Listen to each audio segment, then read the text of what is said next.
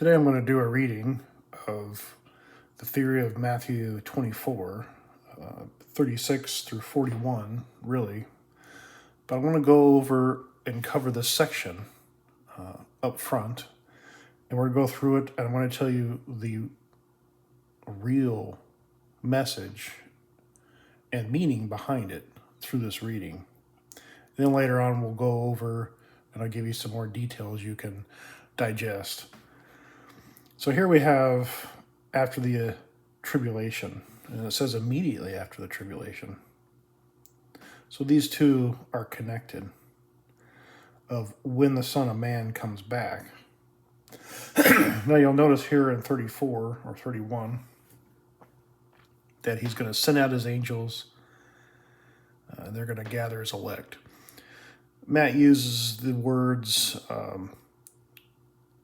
from one end of the sky to the other.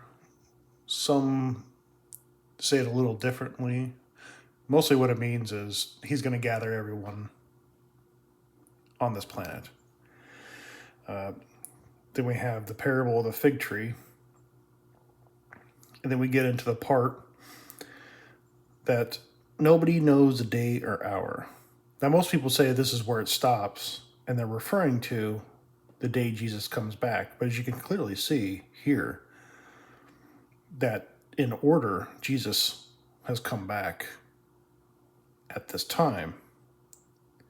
And he's sending out his angels. This right here, 29 through 31, is the climax of the story. This is everything. This is it right here. But then he goes back and says, learn the parable of the fig tree. He's doing this because he's saying, look, you know when the branches get tender and put forth his leaves, summer's coming. And he's linking that to what's going to happen here. When they start to see these signs up here after they ask, wars, rumors of wars, that's when they can tell that the Son of Man will be near, right at the door. And then he promises that these will happen during their lifetime. And he proclaims, answering another question, heaven and earth will pass away, but my words will not pass away. But then he goes back to this part. I'm sorry, he doesn't go back, but he is coming back to this part, put differently, but of the day and hour no one knows.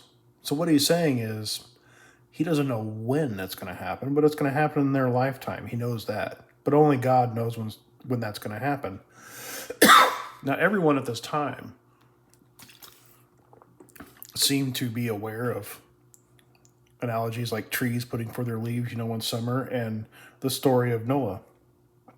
And we have here, this coming is actually parousia, which is a royal coming.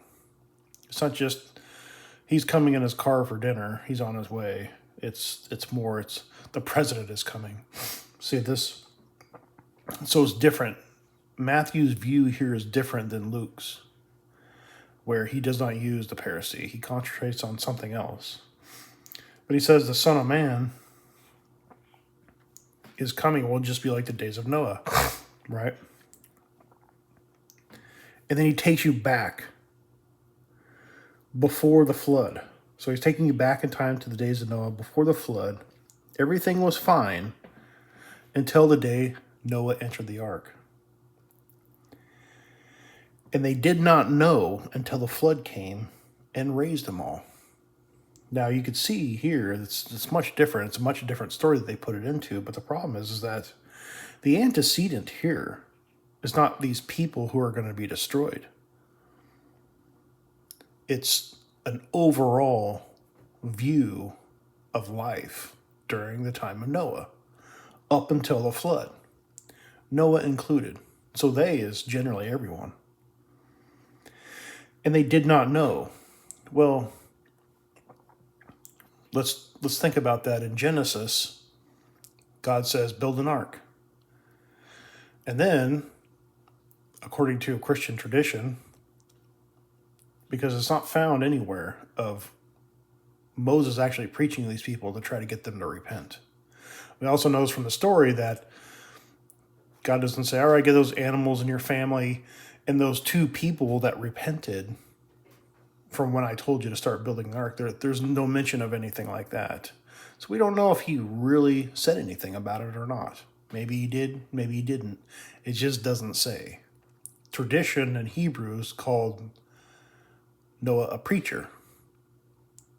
So they're insinuating that Noah did preach to these people and no one confessed, apparently. But if you want to put it in those terms, you have to understand that this understanding right here is gnosko. It's knowledge, not understanding. Understanding means they were told and they didn't get it. This is a very softening of the word into English. It's actually no, they didn't know. They didn't have any knowledge until the flood came and raised them all. And that's the other thing. Took them all away is not what it says. It says raised them all, meaning the ark, not the people. So here we have everything was fine until Noah entered the ark. That's the end of the good times. And we also have a separation, a division between the 2. You'll see this in 40 and 41. They enter the ark, and they did not know. Noah did not know when the flood was going to come. He knew it was. He just didn't know when, because God didn't tell him. But God did come up to Noah and say, okay, it's time, enter the ark. And that's what's being said here. Just like Jesus, and you have to understand, pay attention to what's happening right before we get to these sentences, these verses. Jesus is saying, I don't know when it's going to happen. And he's liking it to the days of Noah, where he did not know until the flood came and raised them all. This is ἐπῆρεν, and I have something typed up that I'm going to show you that shows you what it's actually saying in Greek. This is a very messy translation with lots of things added, as you can see from all my notes. But it's at this point right before 39 that we have this division. And they did not know until the flood came and raised them all. And everyone else was left behind. Then we get into verse 40. There will be 2 men in the field. One will be received and one will be left. There'll be 2 women grinding at the mill. One will be received, one will be left. Right? But you have to understand in 40 and 41, the people already saw the abomination of desolation. And the elect had already left. They've already left. So what we're doing is in this 40 and 41, we're coming back to verse 31. Because the angels are going to come and paralambano. That's what received means. It's not taken. Paralambano means beside gotten. That's the root word. So the angels are going to be sent by Jesus, and they are going to bring forth all his elect. And this is a generalization right here, 40 and 41, of what's going to happen. Because the people, they already left. So they wouldn't still be in the field in Jerusalem. There'd only be one person in the field. So this is just a generalization overall. And that's what Jesus is doing here and saying, one will be beside gotten by the angels, and the others will be left. And that's how it works. So let me show you what it says in Greek. And this is a direct translation with nothing added and nothing taken away. As for the days of Noah, also will be coming the Son of Man. That's verse 37. And here it is in Greek. As for to be in the days this before the flood, munching and drinking, marrying, to give marriage, until the day Noah in the ark. We would put into, but in ark. And then we get to this verse 39. And this is where we have that division between the two. So everything was fine, and then Noah entered the ark. And now we have two groups of people. And they not know, and they, it indicates they, because it's plural, until come the flood and erased all. So you have to understand, the emphasis here is not on anything else but who Jesus is talking to, and in relation to the story in Noah. He's saying, like them, they didn't know, you're not going to know. You're not going to know until the flood came, which here would be the abomination of desolation. That's what Jesus is saying. The fig tree. When you see this stuff start to happen, know that I'm near, or the Son of Man is near, better yet. And the abomination of desolation is the time to start running out of the city. That's the sign. That's the sign that he answers one of their questions directly.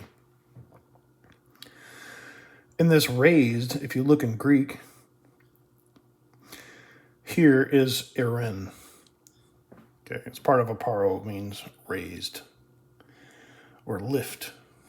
But this, I'll get into this when we get into the term in Greek, but I want to finish. Jesus comes back and says, also will be the coming of the Son of Man. Again, parousia. And they didn't know either until the flood came. That's when God told them. And this is a generalization. The flood came and raised them all. In the story of Genesis, there's only one thing that was raised, and that's the ark. It barely even talks about the people. It lists animals being destroyed and things that breathe on earth. And then it says all flesh was wiped out. And the emphasis wasn't people or destruction in that story either. It was about Noah. It was telling the story about Noah. And here Jesus is talking to them about them. Not all the negative things that are going to happen. He's telling them what's going to happen and reassuring them that, look out for these things and you're going to be okay. And then I want to send out my angels to come and get you. Now, if we look here in Greek, it says ἐρέν also, if you'll notice. Now this is, I kind of did it backwards, but this is Genesis 7:17. I just put 17 there. So chapter 7, verse 17. And you'll see this word right here. This is kιβωτόν, which means ark. But this is ἐπῆρεν. So it's more of a forceful, I can't remember, I think this is the accusative and this is the nominative. But ἐπῆρεν is more of a dramatic raising, because here it's talking about raising the ark on top of the water. That's the emphasis. But here he uses, Jesus, a more simplistic version, because he's not talking about raising the ark. He's talking about them being raised. They didn't know until the flood came and raised them all. Because like you, everything will be normal. You don't know when it's going to happen until it comes, and then you'll be raised. And he's likening these two scenarios. This is how he's showing them a story that I would assume they know very well, of what's going to happen and what's going to happen to them. Then to be in the field, one received and one released. To grind in the millstone, one received and one released. And this is what this is paralambantani, which I think is the present tense of paralambano. But paralambano is beside gotten. And this paralambano is a willful, meaning there's two people involved, beside gotten. The person that comes, that they go beside is a willful component in exchange. There's something else called like suolambano, is where like Jesus gets arrested. They use suolambano. But parlambano is something that can only really describe a willful exchange or a willful, yes, I will go with you. That's what the word is used for in its meaning. Even when Jesus is with the devil and he goes up on the highest point, Jesus goes willfully. Even when Jesus is taken to the cross, Jesus goes willfully. He knows this has to happen, so he goes. He doesn't refuse. He doesn't try to escape. And that's what parlambano, that's the meaning of that word. It's willful. If you look at the word, even in the Old Testament, there's no forcefulness to it. Everyone that goes along is willing. Suolambano is different. It's actually translated arrested. Mary, when she becomes pregnant, she doesn't appear to have a choice. It's just going to happen. Okay? So that's the difference between these words. You cannot make that word into something where people or forces or judgment comes and takes you without you wanting to. It just doesn't work that way. A lot of people try to say these verses is about, it's about judgment. It's about the people. It's not saying that at all. Not at all. It's saying, like the events are going to be like the events of Noah. If you look back, you'll see the connections, and it's immediate connection. But the people that will argue and say, no, this is about judgment, well, guess what? In this verse, in this chapter, the verses of these chapters, nowhere contains the word judgment. They're not talking about judgment. They're not talking about the people that are going to be destroyed. To the people who are inquiring about what's going to happen, he is reassuring them. He is telling them what's going to happen. He's answering their questions, but he's reassuring them, hey, you're going to make it. You're going to be fine. Everything's going to be all right. He's not talking about the utter destruction of people, more like Luke is. Because in Luke, he is talking about the destruction. But that verse,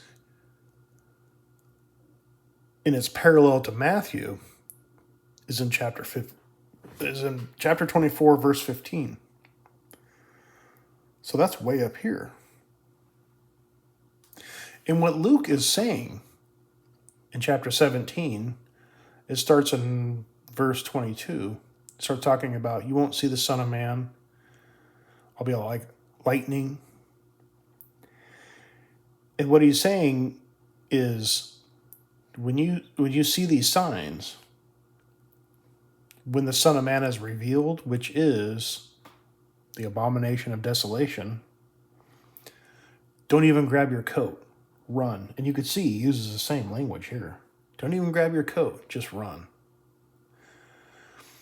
And what he's emphasizing is that if they don't get out, they will be destroyed.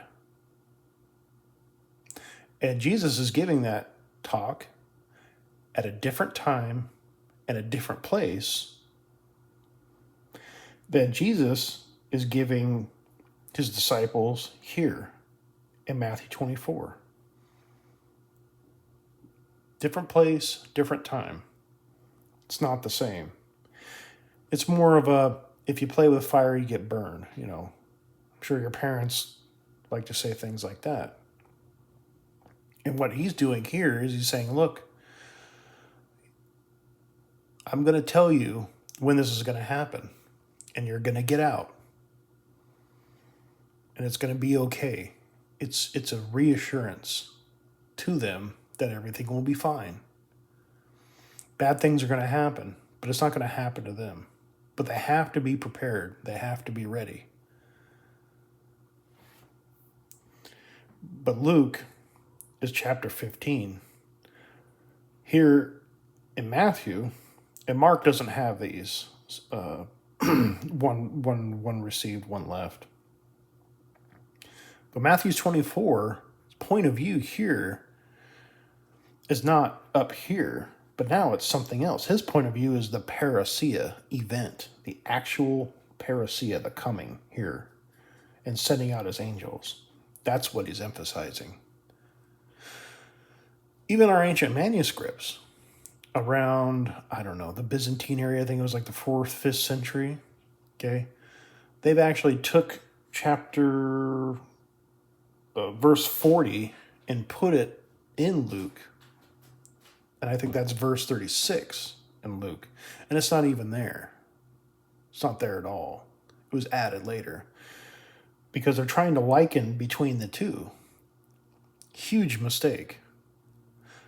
And I'll quote most people. They'll say, you need to read Matthew for Matthew and Luke for Luke and Romans for Romans and so on and so forth. Because everyone has their own opinion and they're all saying different things. Just because one person says one thing doesn't necessarily mean that someone else is in another book or epistle. And you can make mistakes. Maybe that mistake was intentional. Maybe it was on accident.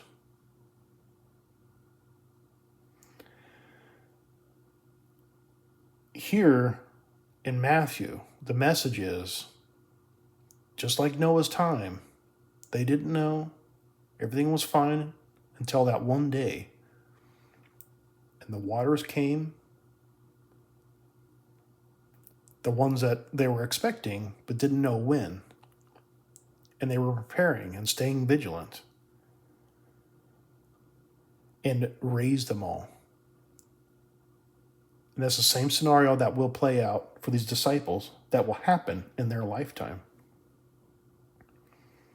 It's going to happen in your lifetime. So this took place 2,000 years ago. It's not a future event. And just like the parallel, if you will, in Luke, those were first century people, just like they are here. But these are first century people as well, here. It's not talking about something even future till today, 2,000 years later. It's just not. There's no way you can get around it. I know people over time, and it took me almost 2 years to figure this out because I was so thrown off by it. Well, they did not know. But what they're saying is they didn't know when it was going to happen because God didn't tell them. Noah was just preparing in his family. He got the animals and the ark ready. And Jesus is saying right here, and it says it right here. And I looked at, the first thing I said, I was like, oh, I'm such an idiot. Because he's saying right here, but of that day and hour, no one knows. That's the connection. You'll see it's all right here prior to it. The reason why they needed to change this is because at this point right here in 36, that's where they say everything before happened, and this part is going to happen in some future event. It's going to happen you know how everyone is. Oh, it's going to happen any day now. They've been saying that for probably almost 2,000 years. Okay, pretty close. Still hasn't happened. When's it going to happen? That doesn't mean lose hope or faith. That means maybe it already happened. And this, the way I'm presenting it to you, is what it really says. This is the intention. This is the message. It's dative. It's a historical narrative. Surprise, surprise. Not surprised. But that's what's being said here. That's the words. And I'll include this also with the video. But this is it before they cut it up and added a bunch of stuff. And you'll even notice from this part right here, they add more words and they twist more words, like understanding. Understanding is a completely different word if you look at it. This is not, gnosko is not understanding. Gnosko is knowledge. Either you know it or you don't know it. It's not, well, you've been told, but you just didn't get it. It's not like that. But they change it that way on purpose to get you to think something else. So I hope this helps. There will be more. There's so many details of the story that I can't really cover here because it'd just be too long. And it doesn't really matter anyway at this point. So go ahead and look at this and compare and digest it and see what you think.